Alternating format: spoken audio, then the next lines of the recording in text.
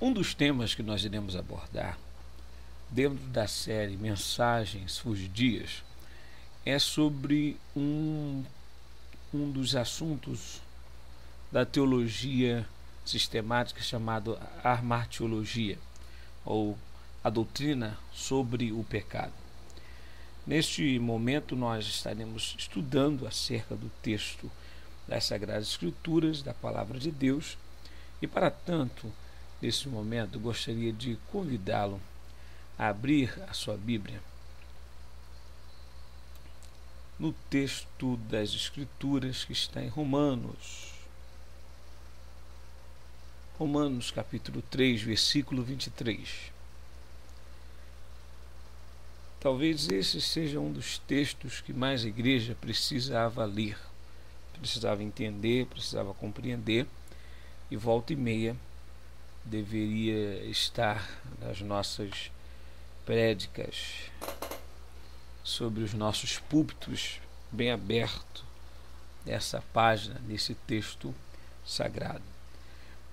Romanos capítulo de número 3, versículo de número 23. Romanos capítulo 3, versículo de número 23. Eu aguardo enquanto você encontra este texto sagrado.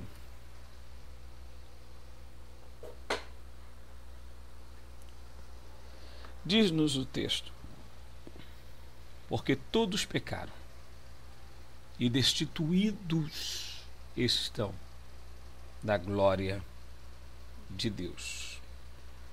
Amém? Vamos ler novamente o texto.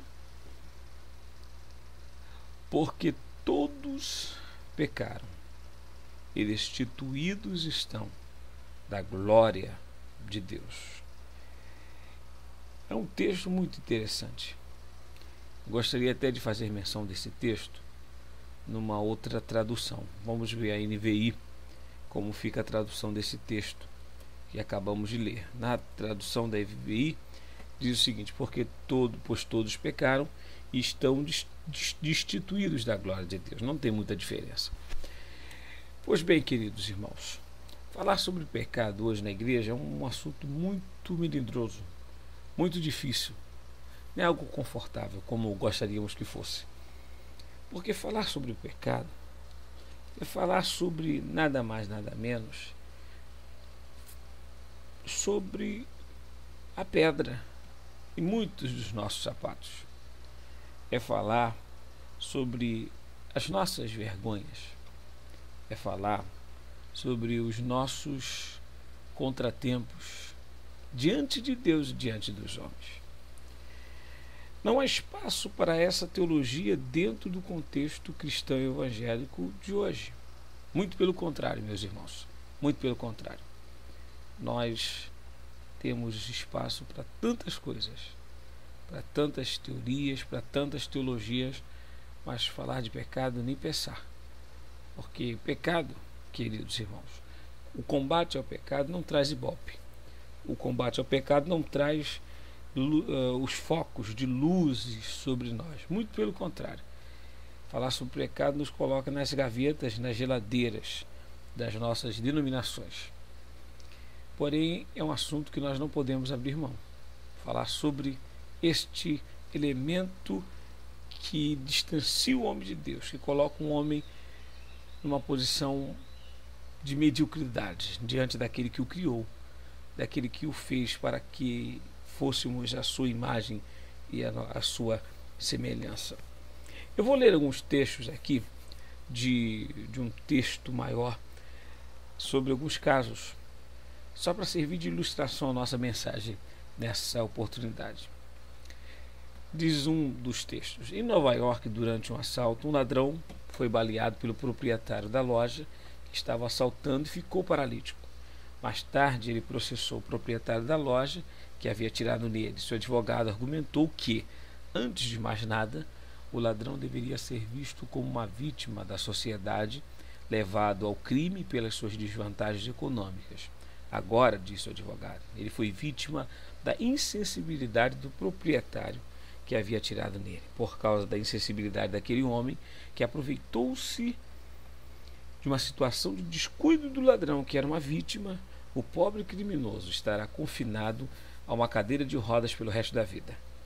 Ele merece alguma compensação. O júri concordou. O dono da loja pagou uma grana altíssima. Meses depois, o mesmo homem, ainda na cadeira de rodas, foi preso quando cometia outro roubo à mão armada. Um outro comentário, um outro fato. Diz que integrantes de uma gangue de desordeiros em Los Angeles surraram um determinado homem quase à morte diante das câmeras da TV. O júri os condenou à pena mínima depois de decidir que eles foram levados pelo calor do momento e, portanto, não eram responsáveis pelos seus atos. Um outro caso diz respeito a um traficante viciado em cocaína que atirou diretamente na cabeça de 8 crianças e 2 mulheres, porém foi inocentado do homicídio. Em Nova York, o seu crime foi considerado o maior crime em massa desde 94, mas os jurados entenderam que as drogas e o estresse explicavam razoavelmente o seu ato. Disseram que ele havia agido sob extremo estresse emocional e influência das drogas. Assim, consideraram-no culpado num grau menor, o que levou a uma sentença leve. São 3 casos que nós colocamos aqui diante dos irmãos. E esses 3 casos têm em comum algo também comum dentro dos nossos arraiais, dos nossos circuitos evangélicos cristãos. Fala nada mais, nada menos sobre a relativização do pecado, a relativização do erro. Quando eu relativizo alguma coisa, eu estou dizendo que não há absoluto nessa coisa. Eu estou questionando, melhor dizendo, esse dado, essa informação, esse algo. E se eu relativizo, não há por que considerar determinada coisa como algo absoluta, como algo verdadeiro. Ou seja, eu relativizo a verdade, relativizo o pecado, eu relativizo o erro. Você vê, é um absurdo no caso do ladrão que vai a uma loja, assalta a loja, e num caso, num ato de defesa, o proprietário atira contra aquele indivíduo e no processo o advogado consegue reverter a situação em favor ou a favor do meliante. Ou seja, a inversão de valores. E isso não é muito diferente do que nós temos visto nos dias atuais na igreja. Há um texto de Isaías que eu gostaria de procurar aqui com os irmãos e gostaria de ler,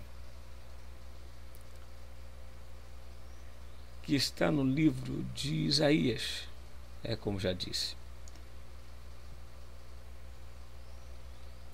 Isaías capítulo...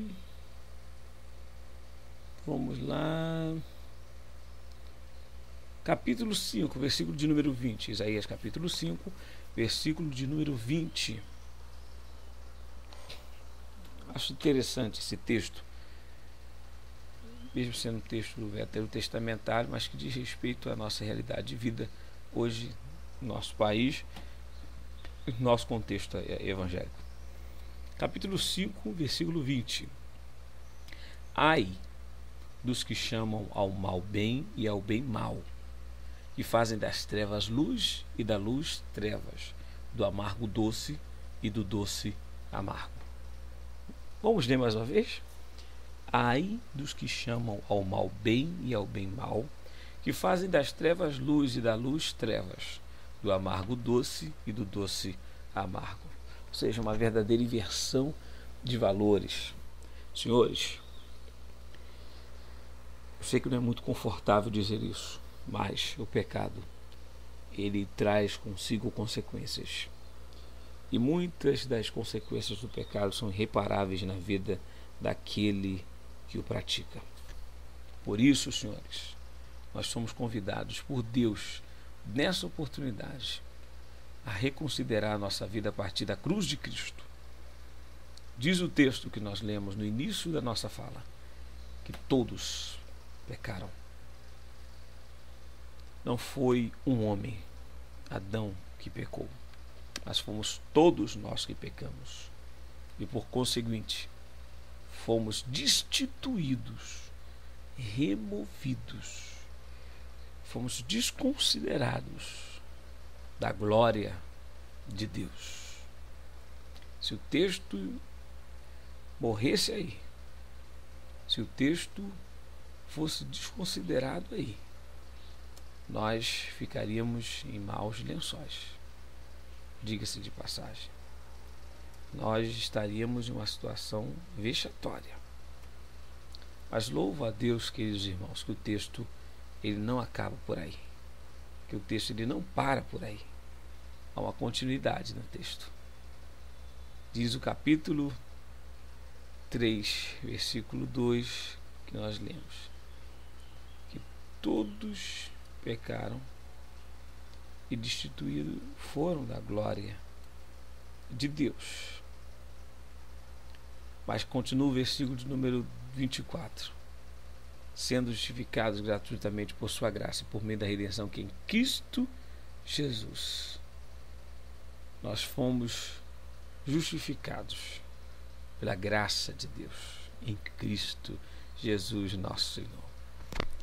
E é interessante a fala de João, quando ele ao avistar Jesus, ele diz que eis aí o Cordeiro de Deus que tira o pecado do mundo. Louvado seja o nome do Senhor.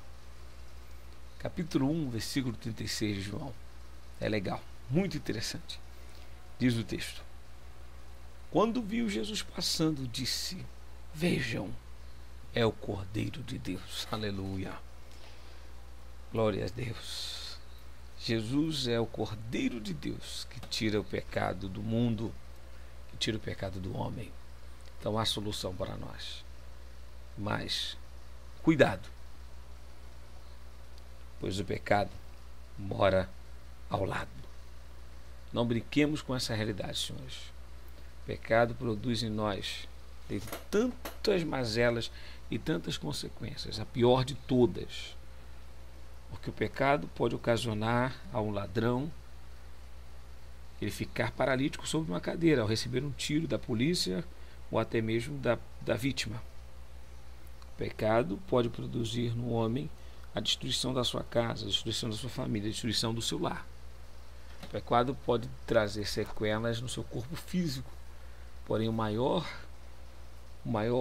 problema, a maior consequência, o maior resultado negativo que o pecado pode proporcionar na vida do homem é a separação deste para com Deus. É o que diz Isaías no capítulo 59, verso 1, verso 2, que eis que vossas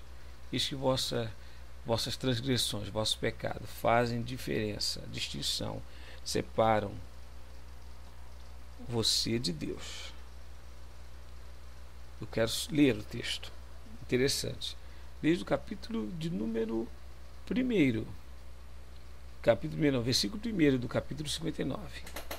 Diz o texto: vejam, isso na linguagem de hoje, vejam, o braço do Senhor não está tão curto que não possa salvar, e o seu ouvido tão surdo que não possa ouvir.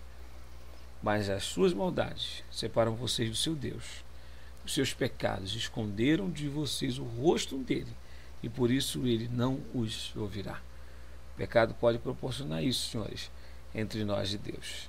Então, mais uma vez, eu enfatizo o tema dessa palavra.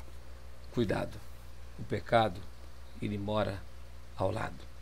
Que o Senhor nos ajude e nos dê graça a vivermos uma vida, permita-me o pleonasmo, a vivermos de tal forma que alcancemos um coração puro, santo e agradável diante de Deus, e por que também não dizer diante dos homens. Que o Senhor nos ajude e nos abençoe.